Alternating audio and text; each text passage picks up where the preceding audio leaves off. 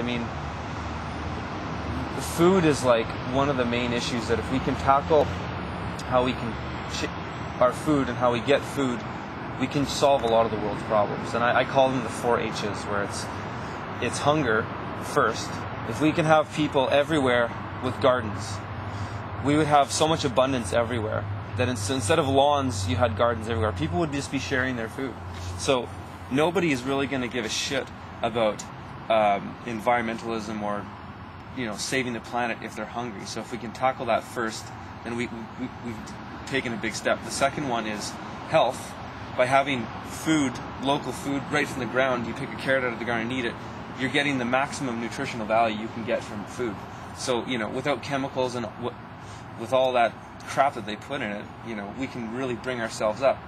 The third one is our habitat. Without moving food around all over the world and using all these petrochemicals to transport our goods, and the intensive sort of agricultural tractors and machines that we use are very polluting. So, the habitat, we can help improve our environment. And the fourth one is happiness. Working in a garden and being in the soil and connecting is very peaceful, and really it just kind of you can feel really shitty and then go out in the garden and spend a couple hours, and it really just balances you out. And I think those 4 things are like a big step we can take to start changing the way we do things in the world. Mm-hmm. And another part of it is kind of being able to be self-sufficient and empowering yourself to have control over your own food supply. Well, absolutely, and, the economics of saving money on food by growing it yourself is taking a step back out of the capitalistic system. And that's what it is for me. For me, it's all about subverting the capitalist system altogether. And so if we can have people, because a lot of people can't be as radical as I am. A lot of people can't just risk everything and just quit their jobs and go do what I'm doing. But what people can do is they can start growing their own food. Even if it's a 100 square foot garden in their yard, they can start growing their own food and saving money and not spending that money. Because I think it's important that if we have to keep working and doing the things we need to do, we're at least saving and putting things away, paying off our debts, getting out of debts, and stop this consumer cycle. And to me, I think we have to really sink the economy in order for us to get into a new sort of sustainable society, because our whole economics is based on destruction.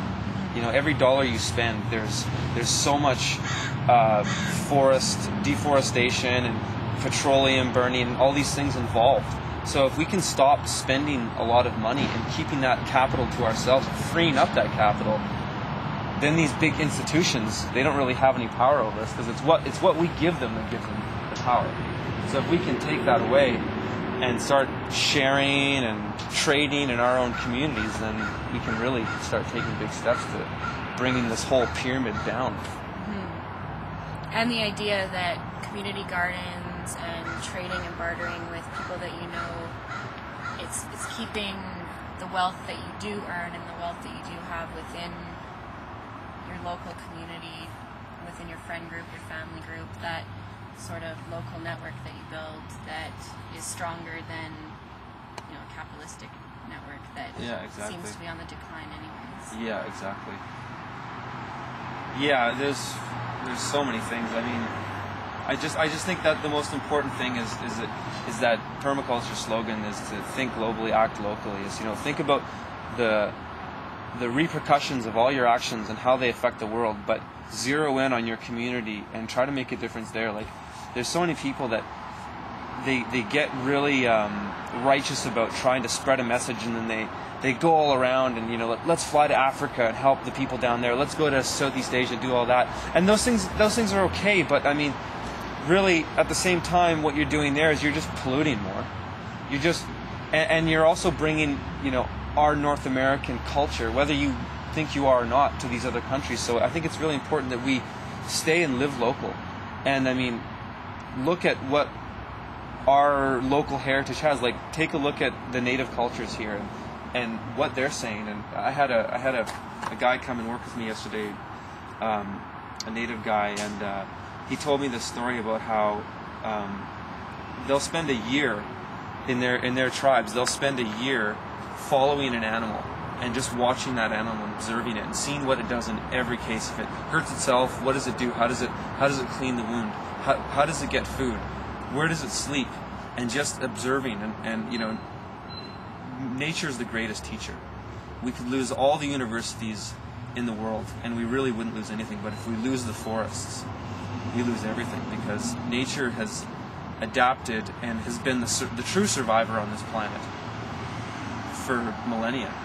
Humans might just be another passing species, but what can change that is if we look at nature and use that as a teacher and learn from it and stop trying to tell everybody, oh, you do this and this is the right way to do it, but just open our eyes and open our ears and just observe and see how things work. I think we could learn a lot. Interesting. And so this is, how long have you been doing urban farming now? Well, I guess this is my first growing season, so I didn't start planting anything until March of 2010. Well, actually I started stuff in the greenhouse in February, but I didn't transplant anything out until March. And I started developing this site last August. So it's been a year, but I didn't really start. I've only been growing fruit for 6 months. How did you learn? Just by doing it. I read some key books. I started by reading the permaculture books, the Bill Mollison books. There's a book that really inspired me was a book by David Holmgren. It's called Permaculture: Pathways and Principles Beyond Sustainability. It's not really about gardening. It's more about the ethics of permaculture and the ideas of observation, limits to consumption, respect for the earth, respect for people, and those ideas. And if you apply those ideas to anything, that's how we can create sustainable living scenarios. But yeah, it was just a lot of those books, Elliot Coleman's books, the sort of based on the French intensive farming techniques, which is kind of what I do here. The gardening I do here isn't really permaculture per se. It's not really a lot of companion planting and things like that. It's intensive, where I have one crop in a bed. Once that crop is harvested, I add some of that fertilizer stuff like the coffee grounds, the bone meal, the blood meal, the compost, and I plant something else. So, and that's kind of how it has to be on a commercial scale. But yeah, that's pretty much how I got into it. Yeah. Cool. All right. Well, thanks. All right.